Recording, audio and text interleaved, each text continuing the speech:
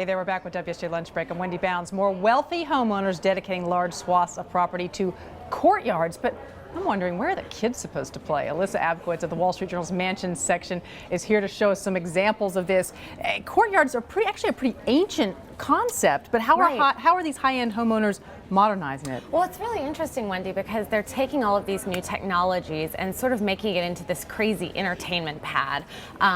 Custom fire pits and fireplaces, built-in grills, pools with subterranean subwoofers so that they can host a rock band on a platform in their pool yard and really block off the outside world and make it sort of their little wonderland. And the difference is it's not just sort of in the backyard, it's actually in a courtyard, it's built into the home's living area almost. It's almost like a hole in the middle of the house, and the house surrounds this area. Now there could be a pergola on one side and maybe brick on only one or two sides, but the whole point is to get yourself away from the street. You know, it's not that these people want to sit in their yard and be able to wave by, you know, passerbyers, neighbors, that kind of thing. They really just want to be by themselves. And it's sort of, you can, in some cases, I mean, some of my neighbors have them, and they can open up the windows or large swaths of glass doors to sort of have inside and outside be seamless. I'm wondering why this is coming back now? Well, part of it is because of the new technologies. As you mentioned, some of these huge wide windows,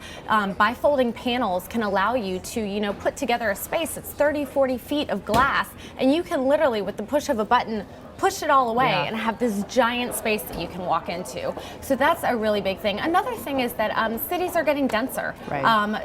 Lot lines are getting closer together, and so it's hard to have that wide yard that you may be able to, particularly with infill increasing. So people want, you know, to be in the city, but they don't want the density of it, so they use this as a way to still get their privacy but be in the city at the same time. Yeah, and they can have radiant heat under the stone and all sorts of things. Yes, I mean, they can run to the hot tub without getting and not get your feet cold. Very quickly, I mean, the drawbacks are you have to size them right or they just look weird. I've seen really weird looking ones. Absolutely. And kids, I mean, it's not always the most kid friendly. You can't like throw your kids out to play on the stone, right? There's not at all. Not grass, you can't go play fetch with your dog.